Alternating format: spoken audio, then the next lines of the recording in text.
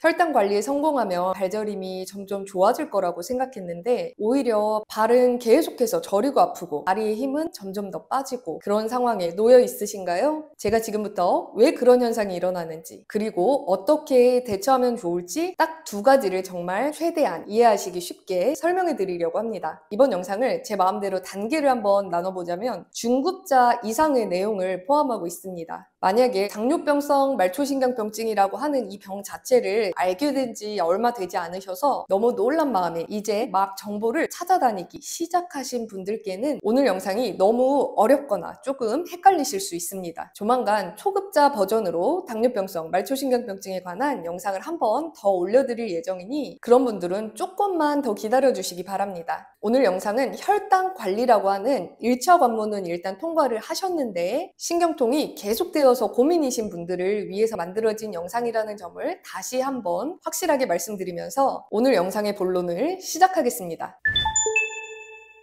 총 4가지를 고려해 보셔야 합니다. 첫 번째 경우는 정말로 말초신경이 급격하게 아니면은 빠르진 않았더라도 극심하게 손상된 경우입니다. 이런 경우의 분들이 물론 있을 수 있기는 합니다. 그런데 제가 진료를 해본 경험상으로 비추어 보면 생각보다 이런 경우가 실제로는 흔하지 않습니다. 그런데도 몇 가지의 신경통 약이나 진통제를 시도해 보았는데 증상이 잘 낫지 않는다고 호소를 하면은 굉장히 많은 분들께서 좀 기계적으로 아마 말초신경이 많이 손상돼서 그러실 거예요. 많이 다치면 그럴 수 있어요. 이런 완전히 남 얘기하듯한 이야기에 상처를 받으신 상태로 저한테 오시는 경우가 많았습니다. 그것이 사실이라면 받아들여야 하지만 심지어 사실이 아닌 경우에도 굉장히 많았다는 점이 저도 같이 좀 답답하고 속상했던 그런 경우에 해당하는데요. 그래서 만약 여러분들도 지금 근전도 신경전도 검사를 해보셨는데 이상이 크게 나오지 않았음에도 불구하고 어쨌든 당뇨병성 말초신경병증은 맞으니까 이 병은 원래 잘 안 나아요. 이 병은 신경이 많이 손상돼서 약효가 떨어질 수 있어요. 이런 종류의 모순된 이야기를 들으셨다면 그 말은 어쩌면 나한테 진짜 해당되는 건 아닐 수도 있다 라고 생각하시고 휘둘리지 않으셨으면 좋겠습니다. 두 번째 경우 간헐적 저혈당 또한 말초신경을 손상시킵니다. 간헐적 저혈당이 있으신 분들은 당화혈색소 자체는 정상 범주로 들어오는 경우 또한 많기 때문에 본인이 혈당 관리는 이미 잘 되어 있다, 끝이 났다 이렇게 착각하시는 경우가 굉장히 많은데요. 실제로 말초신경의 입장에서 바라보자면 간헐적인 저혈당이 있다는 것은 당뇨 관리가 제대로 되지 않고 있다는 의미입니다. 이런 간헐적인 저혈당도 오히려 말초신경을 괴롭히고 못살게 굴고 다치게 만들고 더 흥분하게 만듭니다. 그 때문에 여러분들을 더 아프고 괴롭게 만들 수가 있는데요. 많은 분들이 혈당이 높은 것만 걱정하시고 혈당이 낮은 것에 대해서는 크게 걱정을 안 하시는데 이건 좀 문제가 있습니다. 왜냐면은 말초신경이라고 하는 것도 우리 몸에 존재하는 세포 중에 하나이고 결국에는 포도당도 이 말초신경이라고 하는 세포가 사용해야 될 에너지 공급원, 그러니까 자동차로 치면은 연료에 해당하는데요. 오늘 이 영상 보시는 분들께서는 고혈당뿐만 아니라 저혈당, 심지어 간헐적인 저혈당도 말초신경을 괴롭히고 손상시킬 수 있다는 점을 꼭 알고 가셨으면 좋겠습니다. 다시 자동차로 비유를 해볼 때 연료를 넣지 않고 아니면 연료를 정말 조금만 주고 계속 자동차를 운행하려고 한다고 가정을 해보면 이 자동차는 과연 어떻게 될까요? 당연히 자동차 사고가 나거나 자동차가 어딘가 망가지거나 이런 일이 일어날 텐데요. 말초신경에도 같은 이치로 문제가 생깁니다. 따라서 지금 본인이 당뇨병성 말초신경병증이 있는데 간헐적인 저혈당까지 있으시다면 내과 선생님과 오히려 이 부분에 대해서 터놓고 상의하면서 말초신경병증 증상을 관리해 볼 수 있겠습니다. 세 번째, 음식을 규칙적인 시간에 먹지 않는 것도 말초신경병증을 악화시킵니다. 이런 경우에 분들도 음식을 먹는 총량이 너무 많지는 않다면은 당화혈색소가 괜찮기 때문에 본인이 혈당 관리가 잘 되고 있다고 착각하시는 경우가 많은데요. 실제로 음식을 규칙적인 시간에 드시지 않고 그냥 배가 고플 때, 시간이 좀 났을 때 드시는 버릇이 있는 분들은 하루 종일 혈당의 폭, 고혈당과 저혈당 사이의 차이가 너무나 큰 상황에 놓이는 문제가 있습니다. 이런 몸의 환경에 놓여있는 말초신경은 조금은 생소하고 어려울 수 있는 용어를 가지고 설명을 해드리면 두 가지 문제에 노출됩니다. 첫 번째는 인슐린 저항성이 늘어난다는 것이고요. 두 번째는 산화 스트레스를 더 많이 받게 된다는 뜻인데요. 이 두 가지 용어가 뭔지 조금 더 쉽게 설명해 드리자면, 인슐린 저항성이 심해진다는 뜻은 말초신경이라고 하는 이 세포 자체가 너무 굶주리고 영양소를 제대로 공급받지 못해서 굉장히 배가 고픈 상태에 놓인다는 뜻이 되고요. 산화 스트레스에 많이 노출된다는 뜻은 쉽게 말해서 요즘 유행하는 저속 노화의 반대말로 가속 노화, 급격한 노화와 손상 반응이 일어난다는 뜻입니다. 당연히 말초신경이 이런 상황에 놓이게 된다면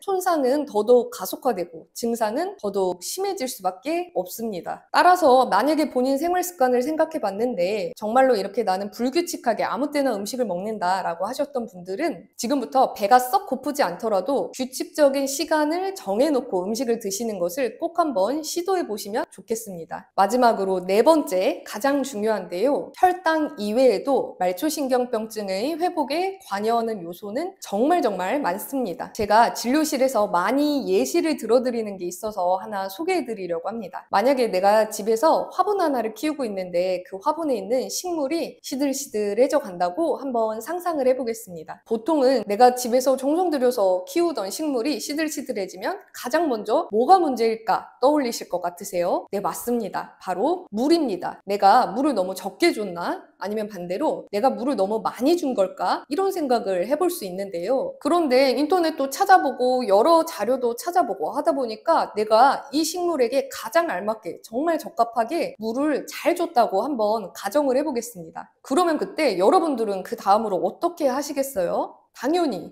흙이 좀 잘못됐나? 흙도 한번 갈아줘 보고 영양제를 한번 맞춰줘 볼까? 이런 생각도 할 수 있고, 혹시 화분이 너무 적은가? 분갈이를 해줘야 하나? 이런 생각도 해볼 수 있고, 그 다음에 공기가 너무 통하지가 않아서 내가 창문을 너무 닫아놔서 이 식물이 죽었나? 이런 생각도 해볼 수 있겠죠. 또 온도에 관한 것도 고민해 볼 수 있을 것 같습니다. 정말 여러 가지에 걸쳐서 이것저것 많은 요소를 한번 살펴보고 생각해 보지 않으시겠어요? 당뇨병성 말초신경병증도 마찬가지입니다. 말초신경병증 앞에 당뇨병성이라고 하는 이름이 붙어서 우리 모두가 혈당 하나에만 너무 몰입하고 집중하는 경향이 있는데요. 여러분이 혈당 하나에만 목을 매다는 게 꼭 어떤 상황하고 똑같냐면, 이미 물은 내가 잘 주고 있다는 것을 여러 가지 자료로 확인했음에도 불구하고 식물이 왜 시들었지? 물을 달리 한번 줘볼까? 물이 잘못된 거 아닐까? 라고 하면서 또 물에 대해서만 계속 찾아보시는 그런 상황하고 똑같습니다. 이렇게까지 설명드리면 이제 뭐가 잘못됐는지 충분히 아셨을 것 같은데요. 그러면 혈당 말고 도대체 뭘 신경 쓰라는 거냐? 라고 질문하실 수 있는데 진짜 정말 너무 많습니다. 제가 지금부터 빠르게 한번 읊어드릴게요. 먼저 첫 번째로 수면의 질, 그리고 스트레스 사건이나 혹은 나 자신이 가지고 있는 불안이나 우울감, 육체적 활동량은 어느 정도이신지, 그리고 부종은 있는지, 수분 섭취에 문제는 없는지, 혈액량의 부족은 없으신지, 약간의 빈혈기가 있진 않으신지, 오래전부터 과민성 대장증후군을 갖고 계시진 않으신지, 그리고 혈관 건강은 어떠신지, 추위나 더위 많이 타는 거 있으신지, 온도에 대한 이런 저항력도 살펴봐야 하고요. 근육량이나 근육의 질은 어떠한지, 순수하게 연세는 어느 정도 되셨는지, 증상을 느낀 지는 얼마나 되셨는지, 급격하게 심해진 것은 얼마나 기간이 흘렀는지, 이렇게 너무나 많은 요소들이 당뇨병성 말초신경병증 치료의 성패를 좌우합니다. 지금 제가 말씀드린 목록을 여러분들께서 다 외우시라는 것은 절대 아닙니다. 지금 알고 계셔야 되는 것은 혈당 한 가지에만 너무 집중하실 것이 아니라 시야를 굉장히 많이 넓혀주셔야 한다는 것, 딱 이것 한 가지만 알고 계시면 됩니다.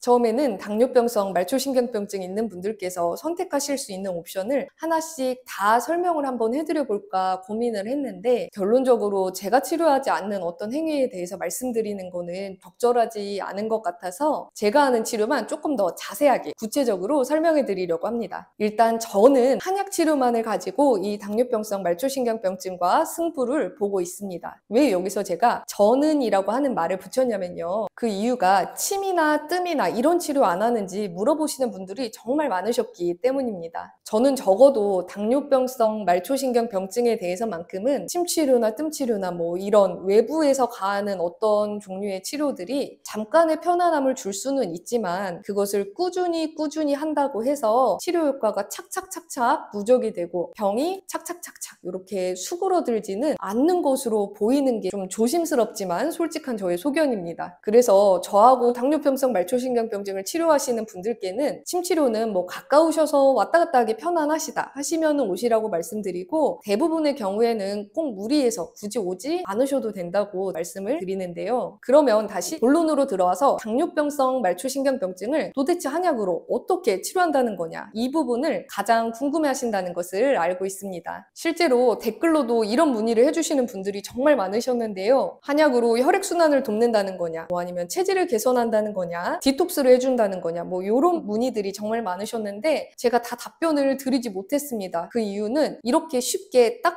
한마디로 정의해서 한약치료의 원리를 설명해드리기가 너무너무 좀 어려운 부분이 있었기 때문인데요. 간단하게 딱 한마디로 요약해서 설명드리기 어려운 이유를 제가 예시를 하나 들어서 설명해드리면 충분히 이해하실 것 같은데요. 그래서 지금 치료 중인 환자분의 동의를 얻어서 제가 지금부터 이분의 상태를 포함해서 약제를 뭘 썼는지, 어떤 원리에 입각해서 썼는지 이런 거를 하나도 숨기지 않고 다 말씀드릴 거거든요. 그러면 지금부터 사례를 아주 세밀하게 말씀해 드리겠습니다. 이분은 좀 마른 체형의 40대 중반의 남성분이셨습니다. 자영업을 하시느라 늘 아침 저녁으로 바쁘게 생활하시던 분이셨고, 건강검진을 도대체 언제 했는지 솔직히 기억이 나지 않는다라고 하실 정도로 바쁘게 사셨는데 본인이 생각하기엔 몸이 건강한 것 같아서 별달리 걱정은 하지 않으셨다고 하십니다. 그러던 어느 날 일을 하는데 양쪽 발바닥이 아픈 느낌이 들기 시작하셨고 족저근막염인 줄 알고 정형외과를 꾸준히 다니셨다고 하셨습니다. 이런저런 치료를 권하는 대로 받으셨는데 호전이 없고, 심지어 그 아프고 쩌릿한 느낌이 발등, 발목을 타고 점점점 그 범위가 넓어지는 과정이 있었기 때문에 정형외과 선생님께서 큰 병원에 가보라고 진료 의뢰서를 써주셨다고 하셨습니다. 그렇게 큰 병원에 가보셨더니 생각지도 않게 이미 당화혈색소는 9점 이상이었고 현재 느끼는 발저림은 당뇨병성 말초신경병증 때문이라는 진단을 받으셨습니다. 그 후에 너무 깜짝 놀라셔서 운동도 열심히 하고 식단도 열심히 하시면서 혈당 관리를 성공적으로 하셨는데요. 그런데 이미 생긴 다리 저림은 좋아지질 않고 심지어 점점 더 아파지는지라 밤에 도저히 잠을 들 수가 없는 지경이라고 하시면서 저를 찾아오셨습니다. 이분께 제가 처방을 할 때 중요시 여긴 점들을 하나씩 짚어드리자면, 첫 번째, 마른 체형이라는 점, 그리고 증상이 아침에는 별로 심하지 않은데 저녁으로 갈수록 굉장히 심해진다는 점, 그리고 배고픔이나 허기진 느낌도 잘 느끼지 않으시고 태생적으로 식욕 자체가 별로 없다고 하신 점, 자영업을 하시는 분인지라 일에 매달려 있는 시간도 굉장히 많고 스트레스 수준도 높은 분이라는 점, 지금 말씀드린 이 점을 다 고려를 해서 조합을 했을 때 처방명을 그냥 공개해서 알려드리자면 백호가 인삼탕이라고 하는 처방을 이분에게 딱 맞게 이렇게 저렇게 조정을 해드리면서 처방을 해드렸고요. 지금 복약하신 지 7개월이 넘어가는 시점인데 아주 간헐적인 발가락 쪽에 따끔따끔하는 느낌만 남아있으신지라 저와의 치료를 마무리하고 있는 단계에 있으십니다. 방금 소개해드린 백호가 인삼탕이라고 하는 한약 처방은 대표적인 약재를 말씀드리면 지모, 석고, 갱미, 인삼, 감초 이런 약재들이 있는데요. 이 한약 처방은 크게 5가지의 역할을 합니다. 첫 번째로 염증 반응을 억제하고, 두 번째로 산화 스트레스 또한 억제한다는 점, 세 번째로 신경세포의 에너지 대사를 개선해서 기능을 최대로 향상시킨다는 점, 그 다음에 네 번째로 BDNF와 같은 물질들을 잘 유도해서 신경의 재생을 촉진한다는 점, 다섯 번째로 신경 사이의 신호 전달을 안정화시켜서 과도한 통증까지 억제해준다는 점, 이러한 기능들이 조합을 이루어서 효과를 발휘한다고 설명드릴 수가 있겠습니다. 이렇게 사람마다 병이 시작되던 즈음에, 그리고 그 이전부터 갖고 있었던 몸의 어떤 상태와 발병 후에 현재 느껴지고 있는 말초신경병증의 양상과, 그리고 몸에서 현재 갖고 있는 굉장히 시급하고 중대한 문제, 이런 것들을 마치 진주목걸이 엮듯이 다 엮어가지고 약재 선정의 근거로 삼아서 한약재를 조합하는 것만이 충분히 효과적이고 안정적으로 병을 줄여드릴 수 있는 제가 가진 유일한 방법이고, 그것이 한약치료의 원리이며 진통 목적도 없는 것은 아닙니다만 조금 더 치료 목적, 회복 목적에 치우쳐져 있는 것이 한약 처방의 강점이라고 이해해 주시면 좋겠습니다. 그리고 당부드리고 싶은 게, 그럼 당뇨병성 말초신경병증에 백호가 인삼탕을 먹으라고 이렇게 받아들이지 않으셨으면 좋겠습니다. 지금 설명드리고자 하는 요점은 이렇게 세밀하게 제가 체크한 요소들 중에 하나라도 어긋나면 백호가 인삼탕이라는 약을 쓰지 않는다는 점, 그때는 다른 약을 쓴다는 점. 그러니까 만약에 이분께서 체형이 마른 체형이 아니고 굉장히 뚱뚱하거나 아니면은 건장한 체형이었다면은